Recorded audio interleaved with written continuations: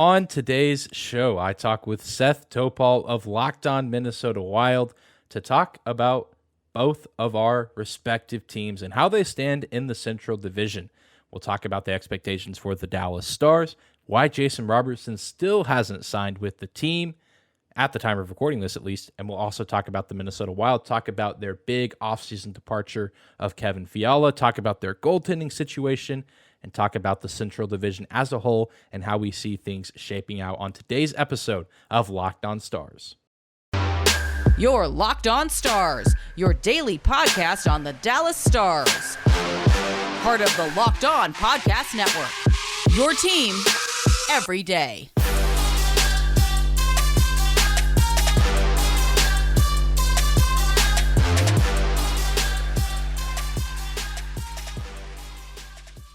Howdy, Stars fans. Welcome back to the Locked On Stars podcast, the only daily in-season podcast covering the Dallas Stars, part of the Locked On Podcast Network, your team every day. I'm your host, Dane Lewis, your local expert on all things Dallas Stars hockey, credentialed member of the Dallas Stars media, coming to you on this Wednesday, September 14th.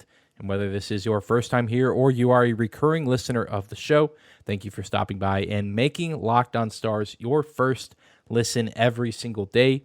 Please do hit that subscribe button on YouTube. You can also follow us on your favorite podcasting platform, Spotify, Apple, you name it. You can also find and follow me on Twitter at Dane_Lewis, as well as the show at Locked On Stars. But let's not hesitate any longer and get into the fifth Central Division season preview crossover episode featuring a discussion that I had with Seth Topal of Locked On Wild. Welcome to a special crossover episode of Locked On Wild and Locked On Stars, part of the Locked On Sports Podcast Network. Thank you for making both Locked On Wild and Locked On Stars your first listen each and every day. And just as a reminder, both shows free and available wherever you listen to your podcasts. On today's crossover, we're going to take a look at the offseason for both the Minnesota Wild and the Dallas Stars. We will gear our attention towards the regular season and finish by looking at the Central Division to see who's in and who's out for the potential playoffs this coming season. My name is Seth Topal, host of Locked On Wild. I'm joined by the host of Locked On Stars, Dane Lewis. And Dane, it's been a little while since we have had a chance to check in, so hope all is well. The offseason is nearing its end, which means we've got hockey right around the corner. Yeah, that's absolutely right. And I know people in Dallas are very, very excited because football season is all but over here in Dallas already with Dak Prescott out for the majority of the season, and the rest of the team doesn't look too hot. But hockey season, we have our first preseason game in Dallas 2 weeks from the time of recording this. We're recording this on late Monday night, September 12th, and September 24th, I believe, is the first Dallas Stars preseason game against the St. Louis Blues, or maybe a few days after that. I know it's just a couple weeks away, and training camp, preseason, and then the regular season, like you said, will be here before you know it. And this is going to be an interesting year, to say the least, especially in the Central Division. Yeah, and I can't wait to break it down, but let's start by talking about a little Stars offseason, because I have a bunch of questions to ask about different things. I want to start with the goalie situation. Obviously, Jake Ettinger had an unbelievable performance in the playoffs against the Calgary Flames. Flames ended up coming up just short in that series, and it led to Ettinger getting a nice 3-year deal to stay with Dallas. There was rumors that maybe a team was going to do an offer sheet just to try to kind of make Dallas sweat it out a little bit. So just catch us up on the Ettinger saga. Is he the guy, first and foremost? And, how did it end up playing out that he ended up being signed to that 3-year deal so late in the offseason? It's a great question, for sure, if he's the guy. I mean, I think the short answer for that, for me and for the rest of the Stars fans who have been following this saga all offseason, is he is the guy. And I think he proved that not just in that Calgary series, which, like you said, he was phenomenal, but even throughout the regular season. I mean, he was expected to be at the AHL level for the majority of the campaign, with Braden Holtby, Anton Hudobin, and Ben Bishop supposedly going to round out that goalie room. But all three of those guys go down due to injury. Ben Bishop even retires. And so Ottinger is kind of forced to step into that starting role. And he did really well, all things considered. I mean, not numbers that are going to blow you away, but, he was a very serviceable and very efficient number one goalie for the Stars throughout the majority of the season. And then, of course, had that 7-game stretch against the Flames where he was nothing short of spectacular. So it was, pretty nerve-wracking at points this offseason, kind of wondering if he would be coming back. Him, as well as another guy that I'm sure we'll talk about later on here in a few minutes, a forward on the team. But, as far as Jake goes, I don't think there was ever too much doubt that he wasn't going to come back. There hadn't really been any signs that he was interested in going somewhere else. Jake's, from what I gather and from what other people have gathered as well, seems to be a really loyal guy and a guy that, has grown close with this locker room and grown close with the goalie coach, Jeff Reese, who's one of the only coaches that's still on staff with this kind of new Dallas Stars, coaching regime that's come in this offseason. So there's good relationships for him within the organization. The fans here in Dallas can't get enough of Jake Ottinger. He's probably the loudest applause every single night when the starting lineups get called at the American Airlines Center. So all in all, it's a good deal. And, his contract, his new one, relatively team friendly. I think he is getting paid a decent amount of money at $4 million a season, and the Stars get to hold on to him for at least 3 seasons. And I imagine if he is able to build on this past season that he just had, that his next contract will probably be longer and probably have some more money for Jake, which is, going to be a win for both parties. You read my mind. We're going to talk about Jason Robertson in a bit. We're also going to talk about Pete DeBoer in a bit. But I want to ask you, because it seems like every Central Division team has had a similar theme where you've had a couple of big to bigger fish that have left. Each team has had, 1 or 2 additions that have come in. And so I'm going to do this with every other host in the Central Division. Which loss, which departure via either trade or leaving for free agency, which one do you think is going to be felt the most by the Stars this season? It's going to be John Klingberg, and it's not too much of a debate. There's a few other departures this offseason. Michael Raffl goes back home and to play some hockey in Europe. Andres Sekera, a longtime NHL defenseman, retires. Both of those guys, role players at the most, guys that weren't getting a ton of minutes and not racking up the massive stats. But John Klingberg, far and away, will be the departure that the Stars miss the most this coming season.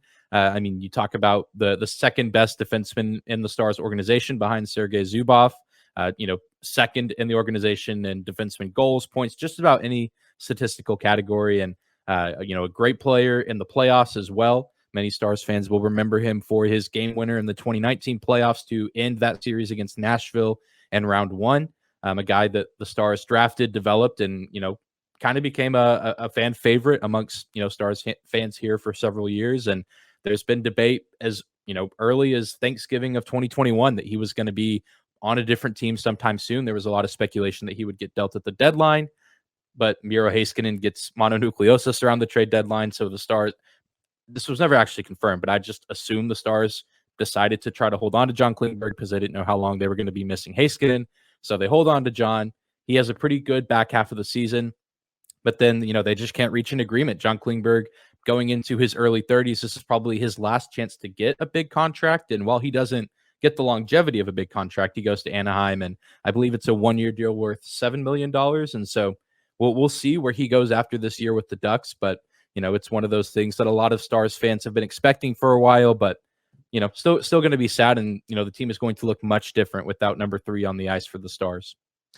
Let's go to DeBoer, because you had Rick Bowness as head coach. He ends up being, I can't recall if it was a mutual parting of ways or if he was relieved of his one of those. A little bit of both.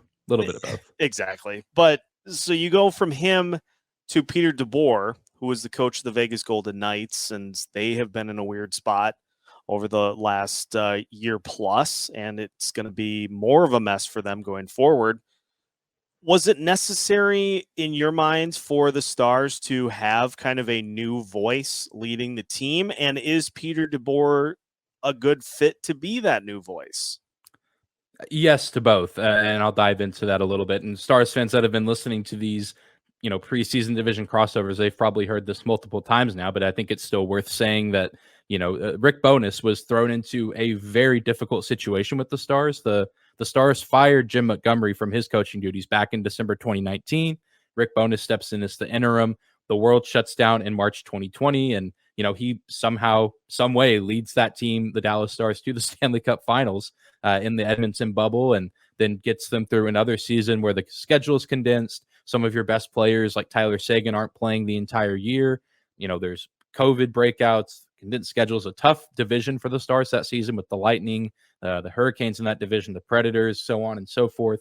And then this season, I mean, it was, still some, not normal things happening like a COVID shutdown, things of that nature, but still some difficulties and challenges faced this past season. But Rick Bowness still gets this team to the playoffs and they perform really well. But at the end of the day, I think, like I said, I think it's a little bit of both. I think Bowness kind of wanted to take a step back just with how chaotic these years have been, and the Stars wanting to move on because Rick Bowness, a great coach, one of the most respected men in the NHL, a very classy guy that, has the respect of the locker room.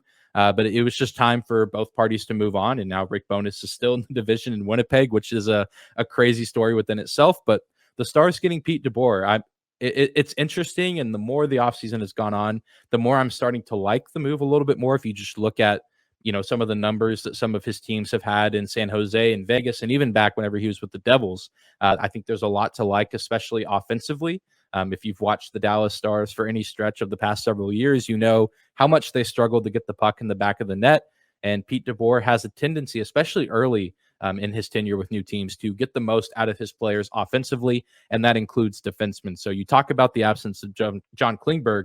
Miro Heiskanen now needs to step up and be, the guy on the defensive side of the ice, but also, the guy on the blue line who is going to need to shoot the puck, try to be a playmaker, especially on the power play. So, Pete DeBoer, it felt like maybe a little bit of a bland hire back when it happened at the start of the summer. And also, I know that his time in Vegas didn't necessarily end as peacefully as Bowness's time in Dallas ended. So there was some negativity, but as time has gone on and the dust has settled, I think most people have come to terms with, the fact that Pete DeBoer, while he hasn't won a Stanley Cup, he's gotten really close. And he's gotten really close with, a guy like Joe Pavelski, who is still playing at an incredibly high level. And so at least from a storyline perspective, it's going to be exciting to see, old coach and old captain of that coach reuniting and seeing what they can do in a new city, new team, and everyone, in the organization kind of getting a fresh start with a new coach and a new coaching staff at that. Let's finish by talking Jason Robertson, because the owner of the Dallas Stars had some very interesting comments recently in regards to extensions for superstars. And you happen to have one in Jason Robertson that's going to need a new deal here relatively soon.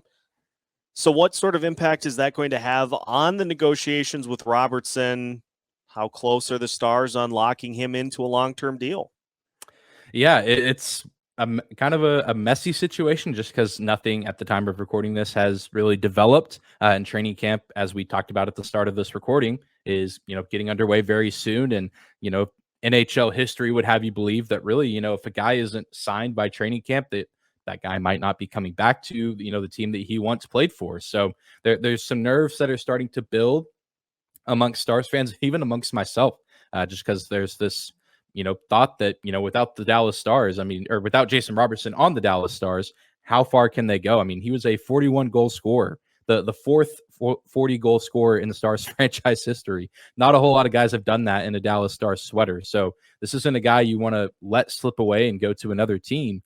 And you mentioned Stars owner Tom Girardi not really liking to, in his words, give too big a slice of pie to the high scoring guys. And, we were talking about this before recording. I can see where he's coming from. I think Stars GM Jim Nill kind of feels the same way and I think both those guys maybe still feel a little bit burned about paying Tyler Seguin and Jamie Benn so much money back in the day. And that obviously hasn't aged super well with the way that they've been playing over the past handful of seasons. So it's messy on that end. And then we were talking about this before recording.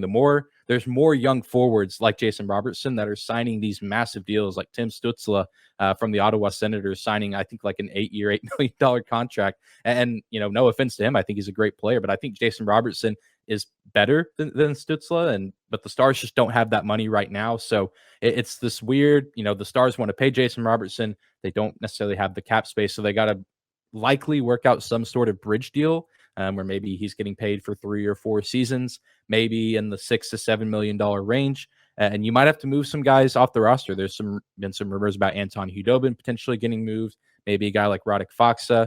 It's going to be very interesting to see how it all plays out as training camp gets closer. Because you have to imagine that, Pete DeBoer coming to Dallas, probably one of the biggest draws was getting to coach a guy like Jason Robertson. And if he's not there, that, just gives us a whole different outlook on what the Stars are going to look like this season.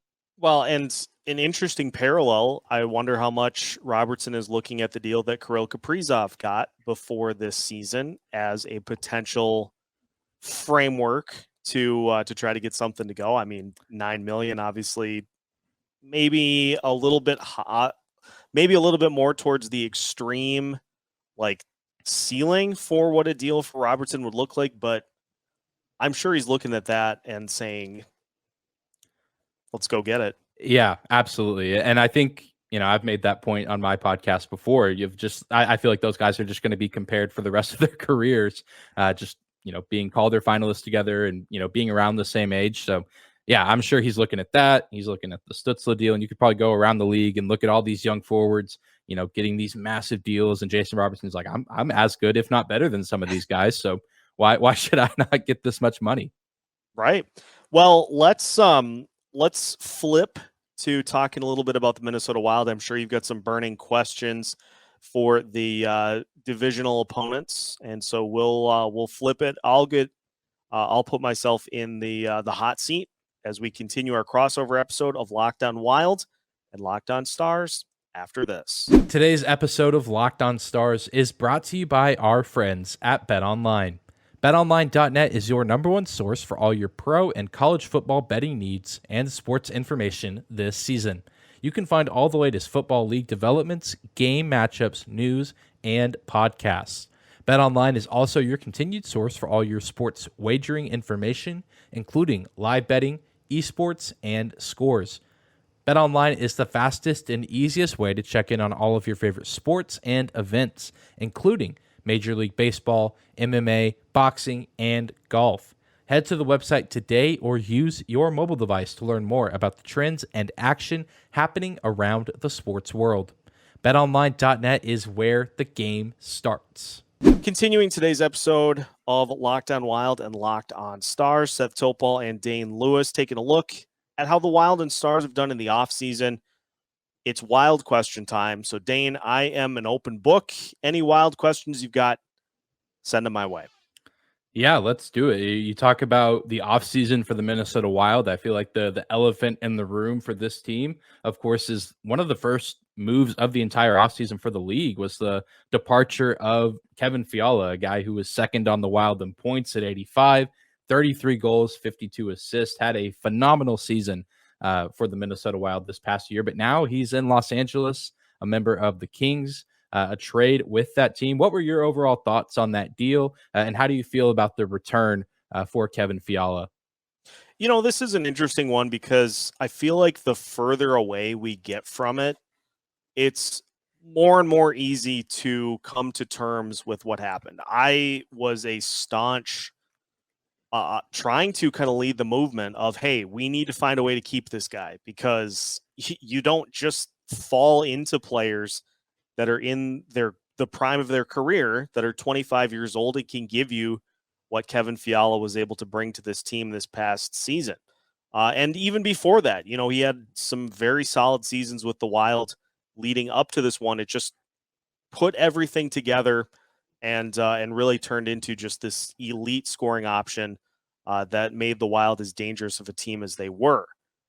Obviously, with his performance, that meant that he was going to get paid. And so when it was pretty evident that he had priced himself out of what the Wild were going to be able to give, then for Bill Guerin, it turned to where can we get a good return for him? And not only that, we have to look at the biggest factor, I think, of this trade.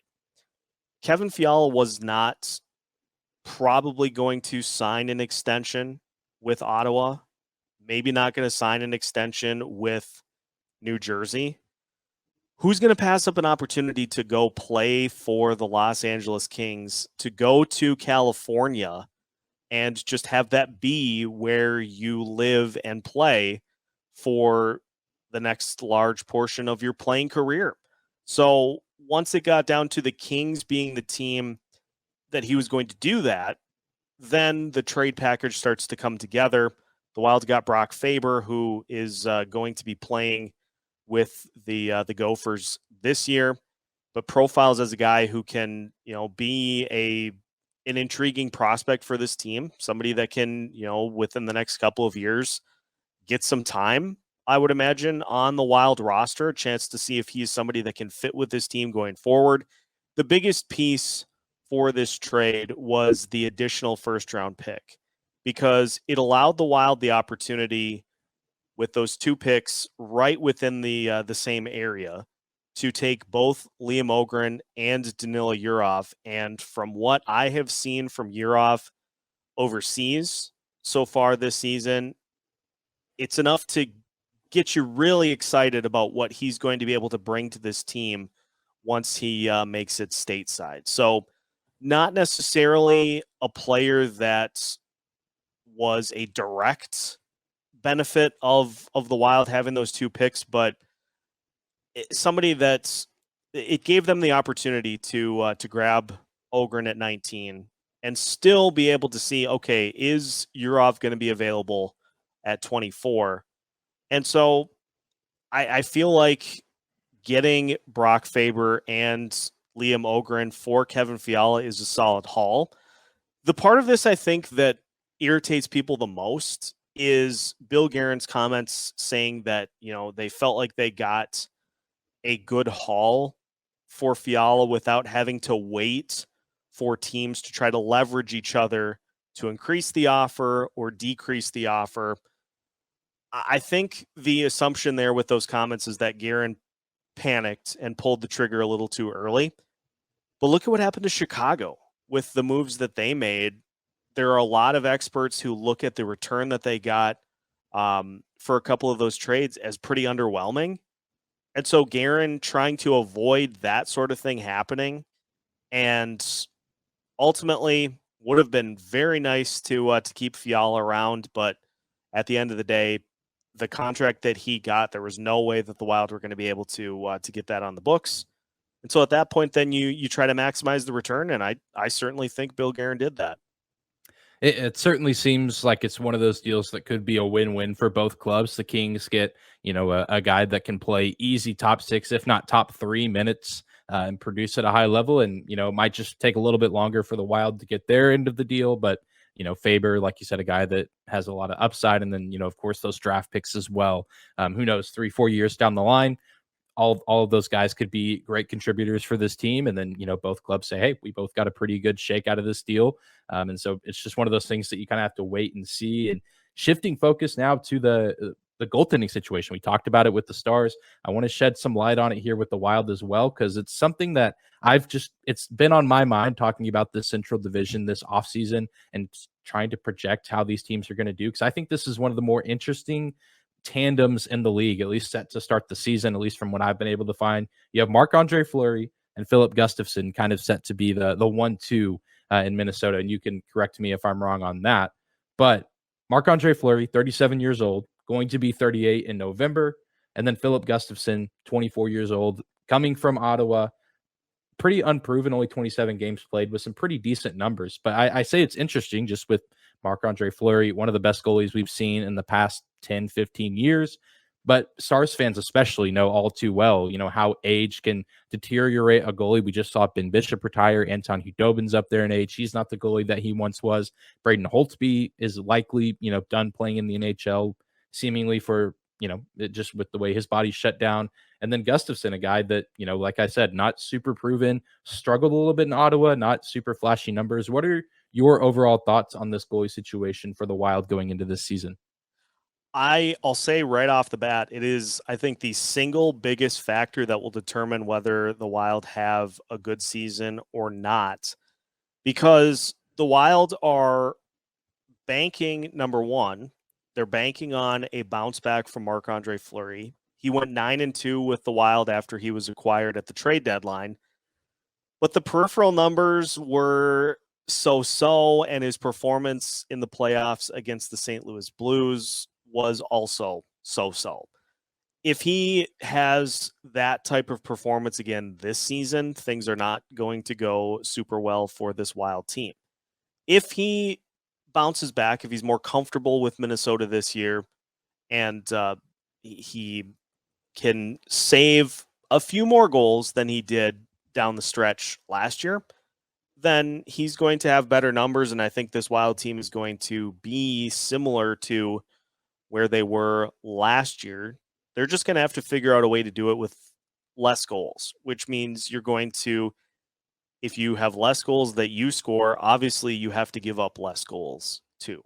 So simple formula there that I think the Wild are banking on. As for Gustafsson, this is interesting to me because they get Gustafsson and he is a restricted free agent at the end of this season. If he shows any sort of a flash this year, I think he could be somebody that is very intriguing for the Wild over the next couple of seasons, mainly because Jesper Wallstedt is in Iowa this year, and his timetable for getting to the NHL level is entirely up to him. If Wallstedt shows that he is capable of dominating at the AHL level this year, it wouldn't shock me if at the very least he is up with the NHL team next year. If it takes a little longer for Wallstedt to kind of get accustomed to playing in the States and playing against AHL level competition, then you push the timeline down the road a little bit. But the Wild are simply trying to kind of backfill the Jesper Wallstedt timetable. If Fleury has a good year this year, he has the second year of that contract that is basically an option. If he opts to retire this year, it doesn't hurt the Wild at all. If not, they've got him locked in for $3.5 million for next year. Let's say Gustafsson plays really well. Then you have the first opportunity to negotiate with him and try to kind of bridge him along to help take some of that time before Jesper Wallstedt's ready to play at the NHL level. If neither of these happen, the Wild, let's say Fleury does not perform well and he opts to just hang it up. Off the hook there. If Gustafsson doesn't give you anything that's really super inspiring, he's a restricted free agent for relatively cheap, and Bill Guerin has a couple of options as to what to do there, and then you just go get somebody else to fill that spot until Wallstedt is ready. So they're hoping that these two pieces can work until Wallstedt's ready. If not, they're going to go get somebody else. But that's, if you want to talk about a factor for how this season's going to go, it's goaltending. First, second, third, fourth, and fifth. Yeah, I've been racking my brain on all these teams in the division. That's my continual thought with this Wild team. If the goaltending's good, very easily can finish in a top 3 spot in this division. But if it doesn't hold up too well, I still think that there's enough talent on the roster from what I've seen, even just from the games last season, even with the Fiala absence, that you still get into the postseason, just maybe in a wild card spot. But the last question I kind of want to run by you in terms of the aforementioned talent on the roster. We know Kirill Kaprizov. We know what he's going to do this season. He's going to light up the scoreboard. He's going to score a ton of goals. But now there's that absence in the second scorer spot with Fiala gone. Who do you anticipate is going to step up and kind of fill that role to be the second scorer on this team? Whether it's former Dallas star Matt Zuccarello, Joel Eriksson Ek, Ryan Hartman, or is it one of those guys, or is it maybe someone else that maybe I'm overlooking?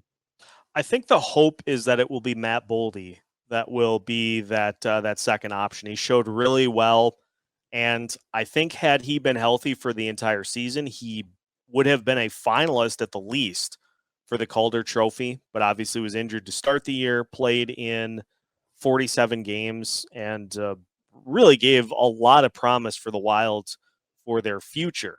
The hope is that he can maybe not have the replica season that Kevin Fiala did, but can at least, maybe go from 15 to 25 to 30 goals this year and can be somewhere around 60, 70, 75 points as a second-year player in the NHL, which would be a big ask, but I think he's certainly capable of it.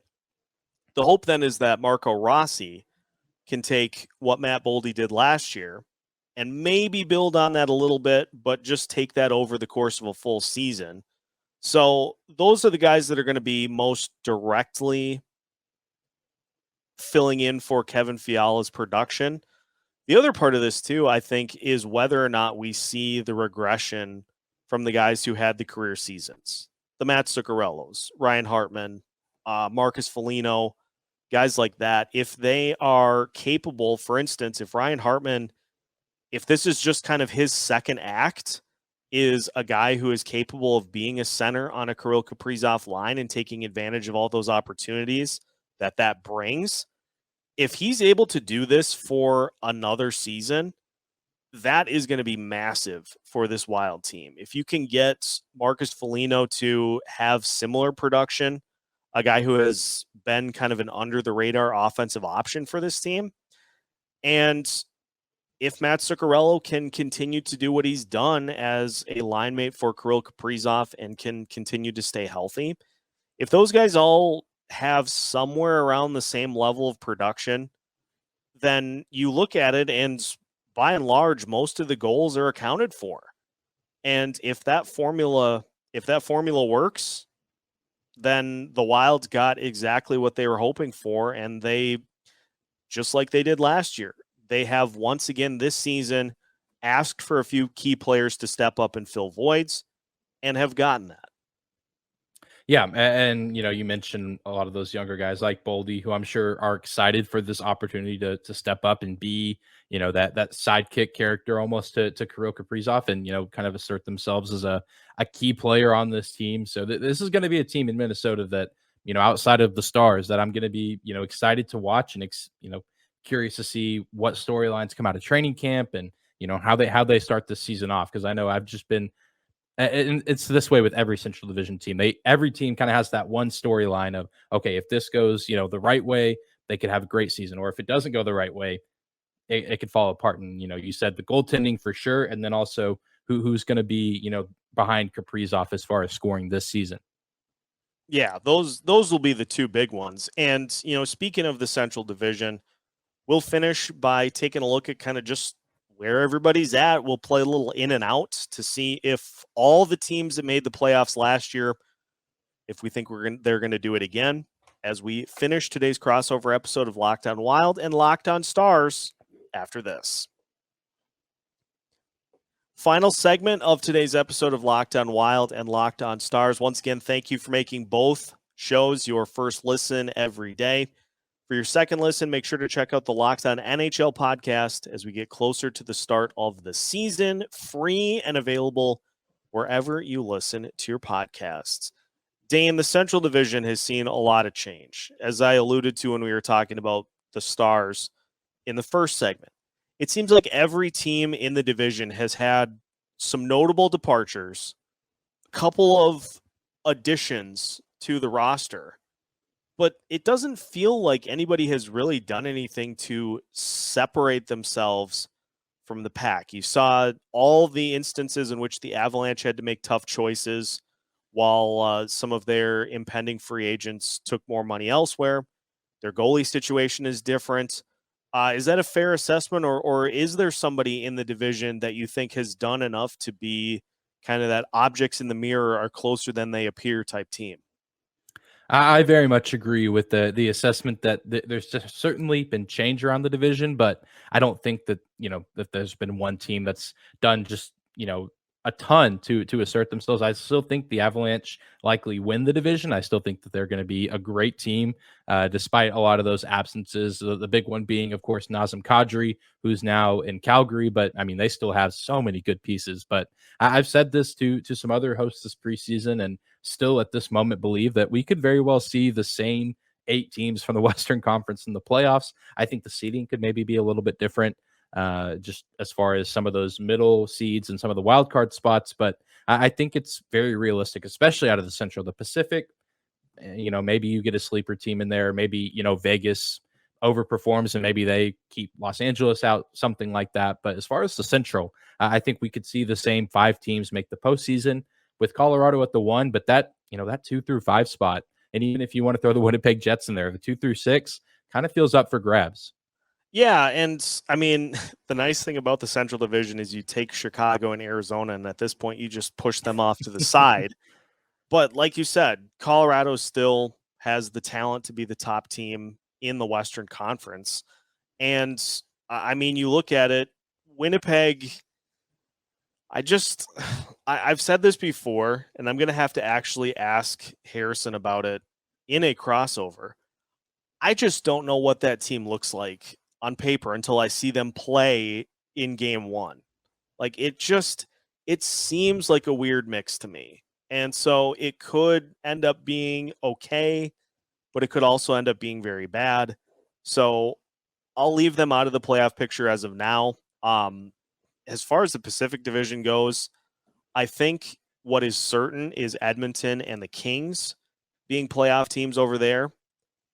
I mean, Calgary did get Nazem Kadri, but I just don't know beyond that. I mean, Vegas is going to have to they're really going to have to find something with Jack Eichel to get into that mix. But it feels to me, like you said, that it's going to be 5 from the Central again, and it's going to be probably Edmonton and the Los Angeles Kings, and then whoever plays the best between Calgary, Vancouver, and maybe Vegas over in the Pacific. Yeah, the Pacific is so weird because there are like Vancouver, a team that I overlook at times, but they took the Stars lunch 3 times last season, and they have some really nice pieces. That's almost a fun division to be in if you're one of those kind of middling teams like Vancouver, because you don't necessarily have a whole lot to lose if people expect you to miss the playoffs, and if you have a good year, you come in and steal a playoff spot from the Flames.